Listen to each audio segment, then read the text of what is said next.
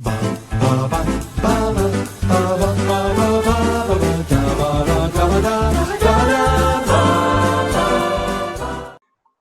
everybody and welcome to the first episode of Carruthers and Leggetter and Whoever. Today we don't have a whoever because this is our first episode and we thought what better way to start than with one of our joint favourite films. Would you like to introduce 1980s Airplane?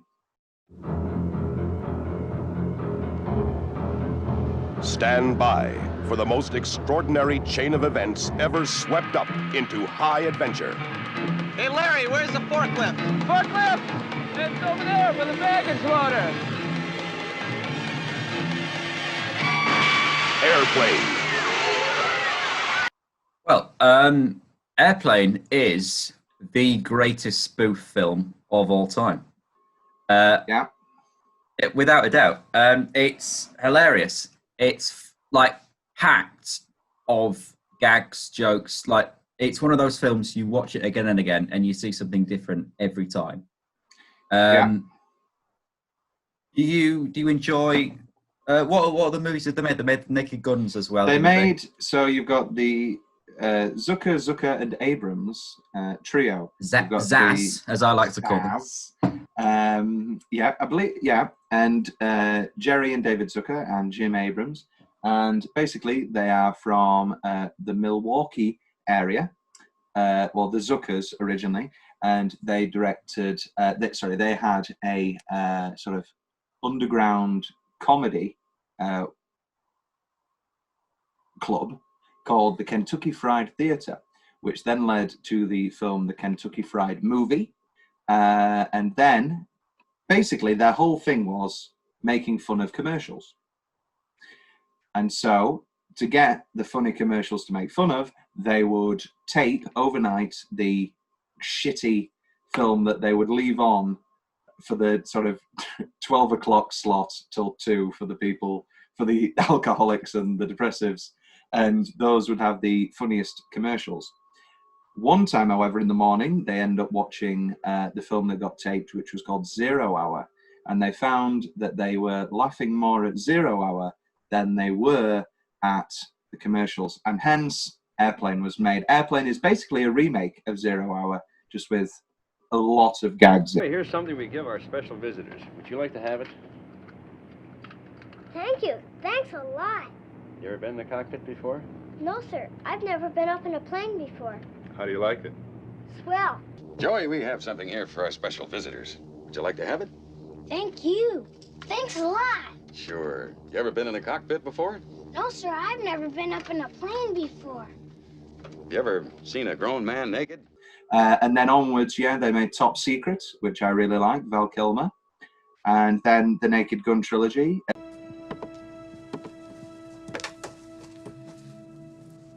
Nice beaver.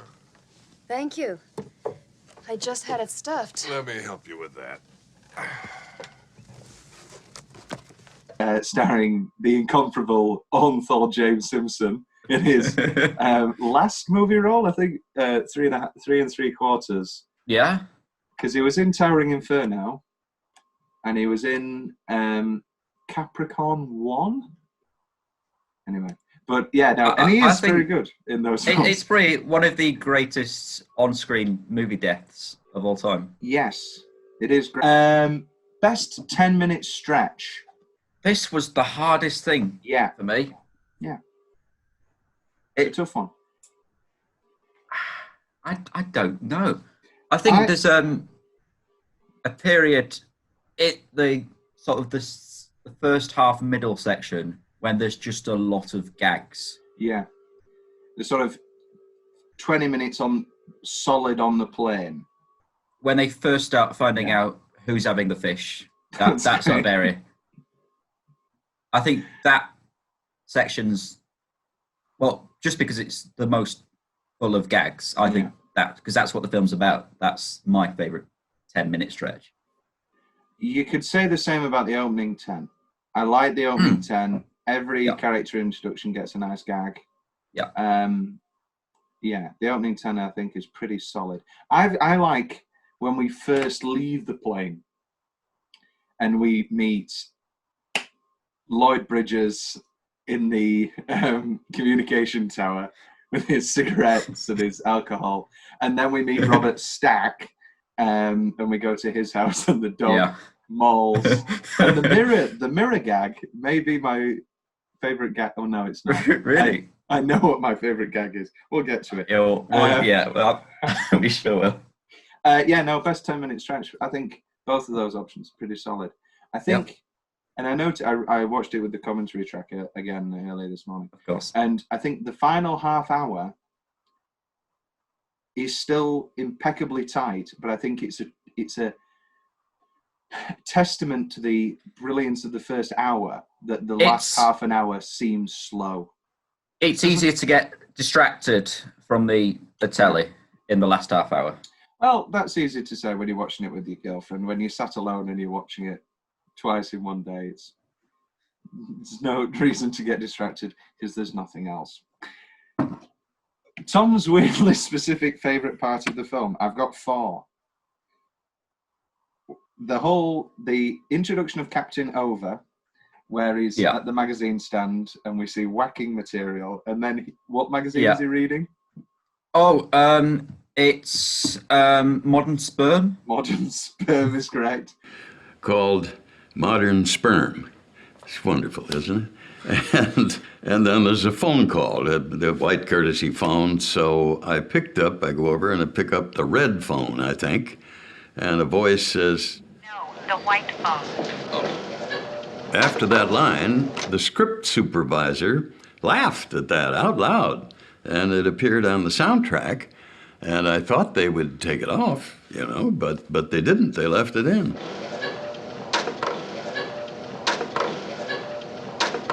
I think it added to the picture.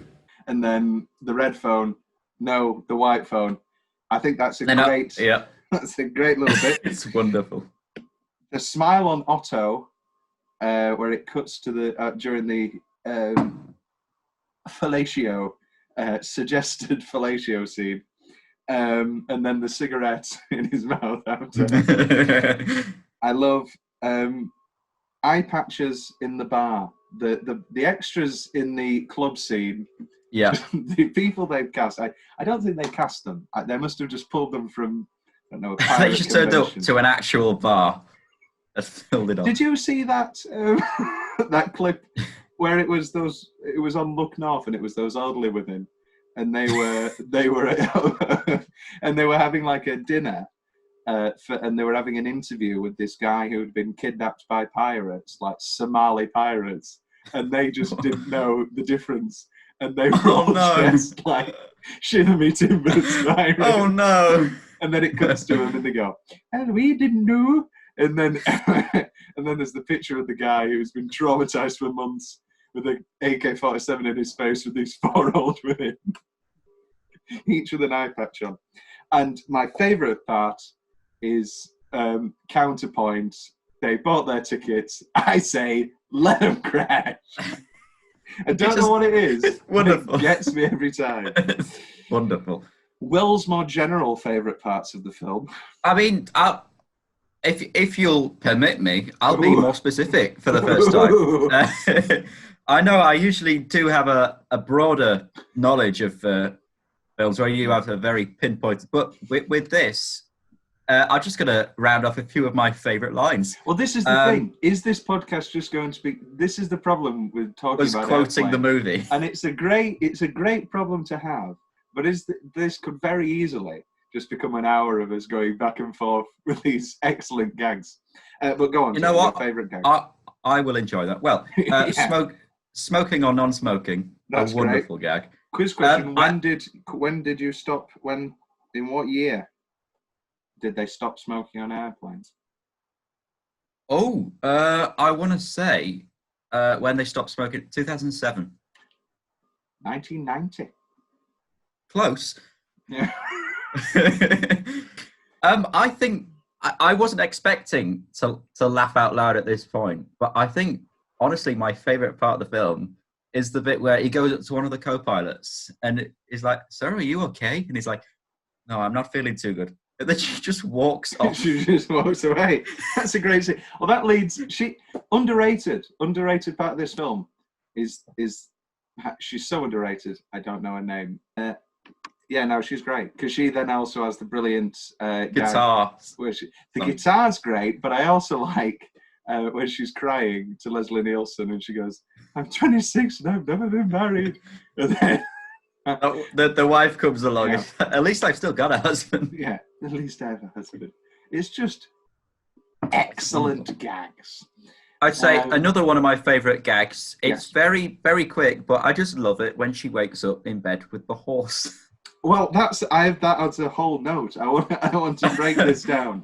I want to really break down what's happening in their relationship because he's just a pedophile. They get through a lot of juice. That's all. Yeah. Plenty of juice in the fridge. She's a pedophile. He's a pedophile, and she is a beastie. What's the term for bestiality? I don't. Well, let's. That's one for the viewers. Email us in. Email us in. What's the better horse in a bed? This or Godfather? This. What? I'll ask you this question, Tom. What's more horrifying? A severed head of a horse in the bed, or a woman sleeping with a horse? I don't think the woman's sleeping with the horse. I think the horse is sleeping with her. I don't know how you get to. I don't know how you. I think it's her choice. I think. Yeah. What would that be? It's not riding side saddle. It's riding. It's of a whole different variety. But this is improvised. Is not the word at all. Every gag, and this was quite revolutionary. As stupid as it sounds, it was revolutionary for a comedy in this period to have such a structured script, and it's because they didn't hire comedic actors. Like Julie Haggerty leads us on to Leslie Nielsen. Yeah, all of these are famous, serious actors. Robert Stack from The Untouchables and the wonderful film Written on the Wind. Great stuff. Lloyd Bridges, star of lots of sci-fi stuff. Peter Graves, Mission Impossible. You know, all of and Leslie Nielsen was in Return from the Forbidden Planet. Airplane is drama. This is Dr. Brody at the Mayo Clinic. There's a passenger on your Chicago Flight 209, a little girl named Lisa Davis, en route to Minneapolis. She's scheduled for a heart transplant. I want you to make sure that she's kept in a reclined position and that a continuous watch is kept on her IV. They always used to say that there is a moment in all of our films where there's like 3 minutes of lesser jokes, and that's your wee time, because they're so jam-packed. I think this is one of the better films that DVD has done a service for. And originally, they passed it around everywhere, studio-wise, and every studio wanted to put it with Dom DeLuise and your Harvey Kormans and your comedy stars of the time. And that is just not the gag. That is not the gag at all. The gag is that they are desperately serious and the lines just happen to be insane. Like the line, I think this man's a doctor. You a doctor? It's like, yes. It's even I'm going to do it again. I'm going to quote the movie, Tom. That's fine. I'll allow it. The please don't call me Shirley. It's a great line. I think the greatest delivery of that line there will ever be. Yeah. Well, this is the thing. Even that, don't call me Shirley, and I'll have what she's having, are the two like famous comedic lines where they still have their effect when you watch the movie. When you think about the really, really, really, really famous ones, I mean, I think they're the two most famous ones. Yeah. But they sometimes lose their effect when you're rewatching it. But those two never. They're the lines that, like 10 minutes before, you look at each other and you think, oh, it's coming up. And when it happens, it gets better every time. Yeah, sure, every time. Yeah. In particular, no, I've got the cockpit. I like the cockpit. I think a lot of good dialogue, good scenes happen in there, and fantastic use of autopilot. Otto. Who gets his own credit. Yes, he does. So does Charles Dickens. And my favourite, the worst boy, Adolf Hitler, which they used again in Airplane 2. That is a shame. Quite an embarrassing film. Zaz wanted absolutely nothing to do with it, and they don't. And yeah, it's fine. There are some good gags in, but no, I think Cockpit. It was just that they were very creative with all the different buttons, the knobs, because no one's ever really seen inside of a cockpit, and it looks standard. But then they start going through everything. It's just a bit different, isn't it? And it's all you can do from a movie set in one place. It's just I was afraid of Virginia Woolf is pretty good. Yeah, but it doesn't have a woman spitting out eggs, does it? No, correct. What's the best Judi Dench film? Cats. Correct. A movie which ends inexplicably with Judi Dench telling us, remember, a cat is not a dog. What's the best single minute? I've got Captain Over and Dr. Ramak. What's he called? Not Ramak. Dr. Hammock. Dr. Rumak. Do it at the exchange of, can you tell me when you can fly, when this plane's going to land? Not for another 2 hours. Can't you take a guess? Oh, sorry. Can't you take a guess? Well, not for another 2 hours. You can't take a guess for others. That is my favorite minute. Captain, how soon can you land? I can't tell. You can tell me I'm a doctor. No, I mean, I'm just not sure. Or can't you take a guess? Well, not for another 2 hours. You can't take a guess for another 2 hours? No. I mean, we can't land for another 2 hours. Fog has closed down everything this side of the mountains. We've got to get through to Chicago.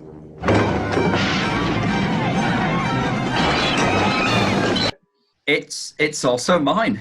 Oh, this is great. This is why this is our first episode. Yeah. What wonderful, what a great synergy. Which leads us to what's the change? Go on then, let's have this out. Because I don't go on. Well, go. Well, the thing is, I wouldn't change it because that's then saying let's remake the movie with modern references. No. I think as we actually discussed earlier, the last half hour, throw in a few more jokes. Why not? Yeah. Traitors. There's the odd reference to like TV shows and stuff from the 70s, the 80s. Yeah. Do you not think, for me, that just adds to it? I don't know what it is, but it adds to that 1980 aesthetic. It would feel like Kareem Abdul-Jabbar. I'm rather. Oh no, that is a wonderful. That's a great line. I think, and actually, I think that because of Airplane, people know. I mean, I'm not a basketball person, and I'm sure that basketball fans would always know Kareem Abdul-Jabbar is. But I think that Airplane has actually done some good for Kareem Abdul-Jabbar's future longevity. Go on, what other gag? Because you've obviously got the reference to the coffee commercial, which my parents weren't alive to see. I really don't like the line. Was it? That's the worst thing I've seen since the Ronald Reagan movie. The Ronald Reagan movie. That's great. No. Would you prefer it? Would you prefer if they said it's the worst thing I've seen since Cats? I would actually. I would. We'll do an edit. A great line. Nervous? Yeah. Yes. First time? No, I've been nervous lots of times. Great stuff. Where's that? Oh, wonderful. We've got, I picked the wrong week to quit various things. We've got the autopilot and the wonderful shot of when he's being inflated and his head slowly turns. Let me do one of my notes now. Elmer Bernstein's music. Incredible. It's second on my list. Underrated Music, score. wonderful, I put. Yeah. A great score. Every one of the themes. The disco I use at my quizzes all the time. The doo-doo, doo-doo, doo-doo, doo-doo, doo-doo. I think it's an underrated score. Because nobody ever talks about it. When do you ever hear anybody say, oh, the score from Airplane? Elmer Bernstein sort of got himself into a sort of comedy career, actually, near the end of his period, because he was known for his bombastic scores for Magnificent Seven, Bridge Over the River Kwai, I believe. But then he got picked for Animal House, which then led to this, which then led to Ghostbusters. He did the doom-ba-doom-ba-doom-ba-doom, ba-doom-ba-doom-ba-doom. Oh, I mean, we've got to do Ghostbusters at some point. Most certainly. Go on, keep going with your notes. We've got fasten seatbelts, put down the seatbelts. I've got, yeah. Yeah, go and sit down. Great stuff. Yeah, aged like a fine wine. We've got the shit's gonna hit the fan. Yep. We've got I've got the cocaine woman whiskey man. Certainly not. And then the weird yeah, with like the jingle. It's endorsing. I don't know. And then she obviously doesn't sniff any. The pipe goes straight past. She looks like Carol Kane. Maybe it is. Maybe it's not. Oh. Any other notes? I've got the drinking problem. Yeah. We've got the when they're playing the instruments in the cockpit. Leslie Nielsen's very gentle with his cello. We have. I'm sorry to bother you. We would have come earlier, but he wasn't dead then. It is great. The list goes on. This is the thing, yeah. I'm currently just naming saying gags. the movie. I'll do some notes that aren't just gags.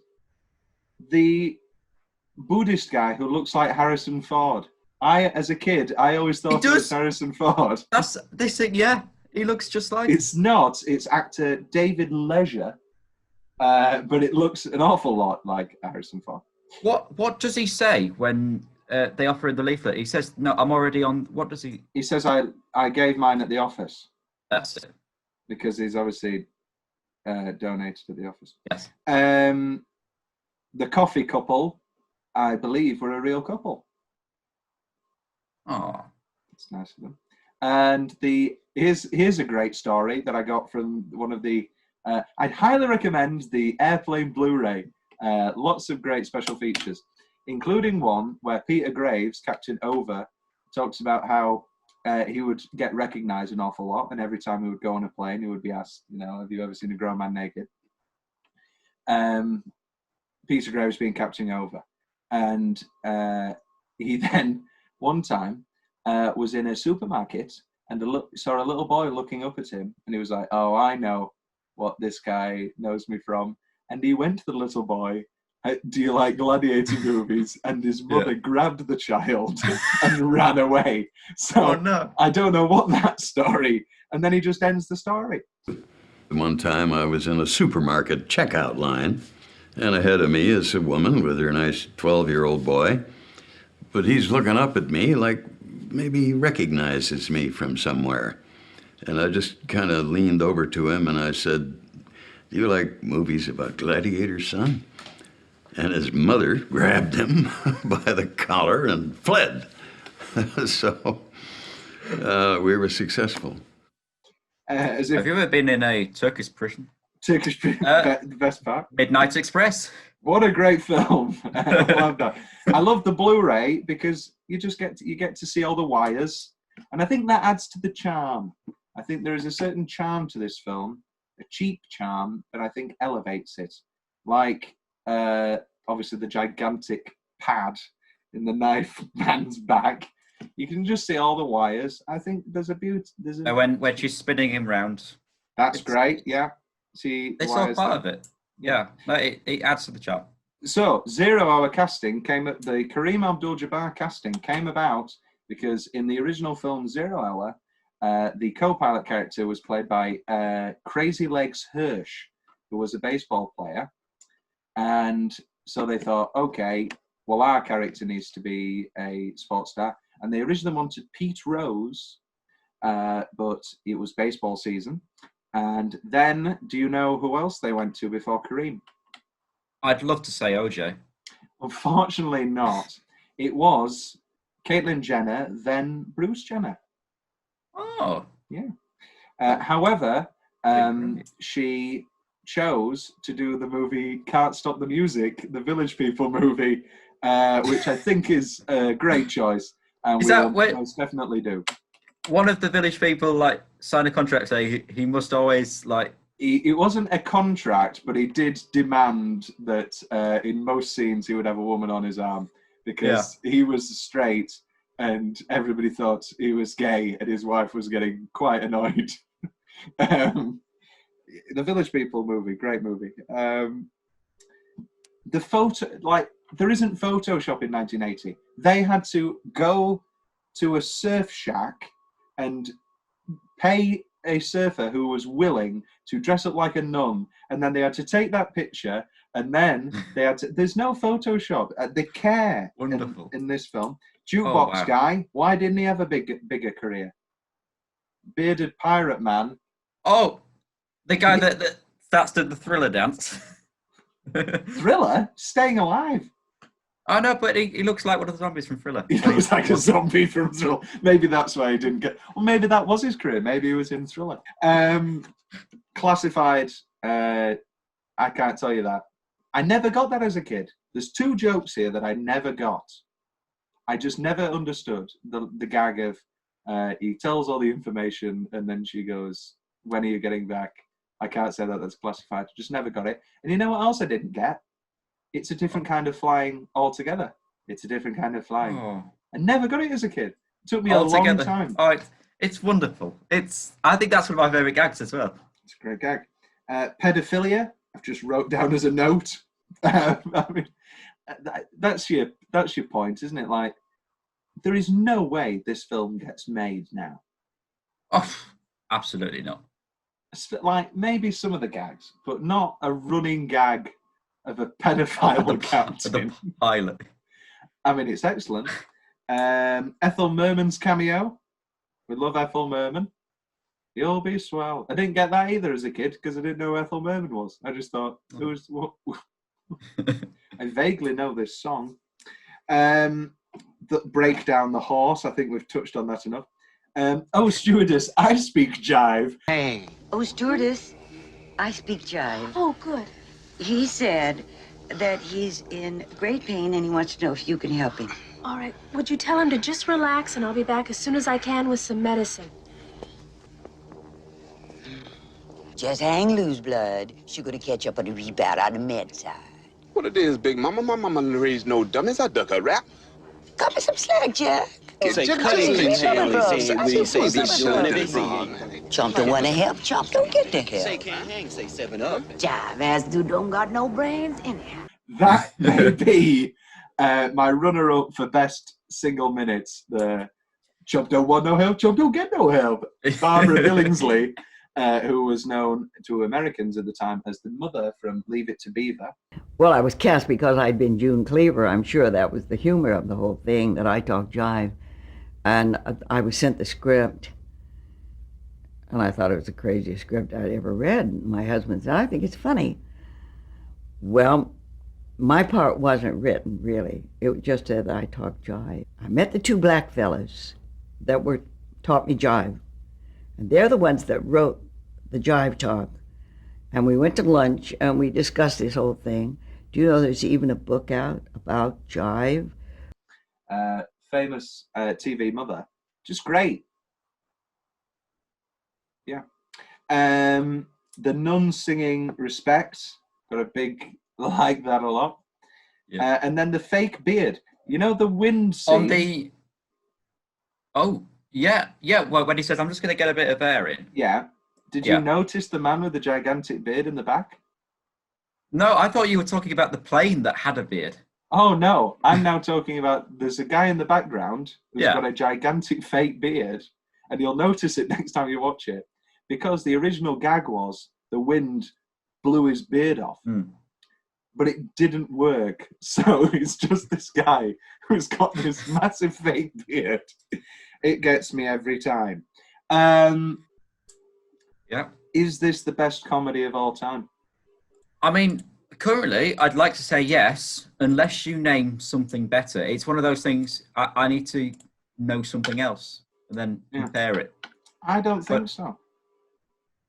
Oh, no, I don't think there is. I think this is the best comedy of all time.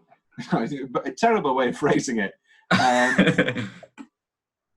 There are films with comedic elements that I may even prefer, but I think this is the best comedy of all time. However, counterpoint. I say, let them crash. It's a very specific type of humor. It is a crowd pleaser if it's people who like this. My ex-girlfriend hated this style of comedy. Your current girlfriend, ironically the same woman. No, no. Your current girlfriend admires it, but doesn't like actually that find it funny. Yeah, I'd argue it's just because we're both intellectual people. They just don't get it. It's clever comedy. But is it clever comedy? Or is it just very, very well made?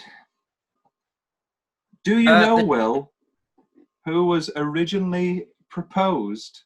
Which singer was originally proposed to play the role of Ted Stryker? David Letterman screen tested for it, but which famous singer? Let's go Neil Diamond. It wasn't Neil Diamond. It was somebody. It's Jewish. It's another Jew. I'm close. Barry Manilow was the original casting idea. So that's my change. I love Robert Hayes in this film. Put Barry Manilow in. Barry Manilow in. This becomes one of my favourite films of all time, without a shadow of a doubt. Crispin. Any final thoughts on Airplane? I'd just encourage anyone who hasn't seen it to give it a go. No, don't give it a go. Watch it. I urge you to watch it. Give it a go. Fantastic. Airplane is pretty excellent. I similarly, watch it, and then if you enjoy it, watch All the Naked Guns. Sign yourself off, Will. I've been Will Leggetter. Good night and thank you. I've ruined. We'll go again. Let's go again. Let's start again. Right. I've been Will Leggetter. Oh, we're doing yours now. And that's the show. I'd just like to say, good luck. We're all counting on you. Surely you can be serious. Thomas Carruthers, William Leggetter, Airplane. Aye, Captain. Da ba da ba da ba da.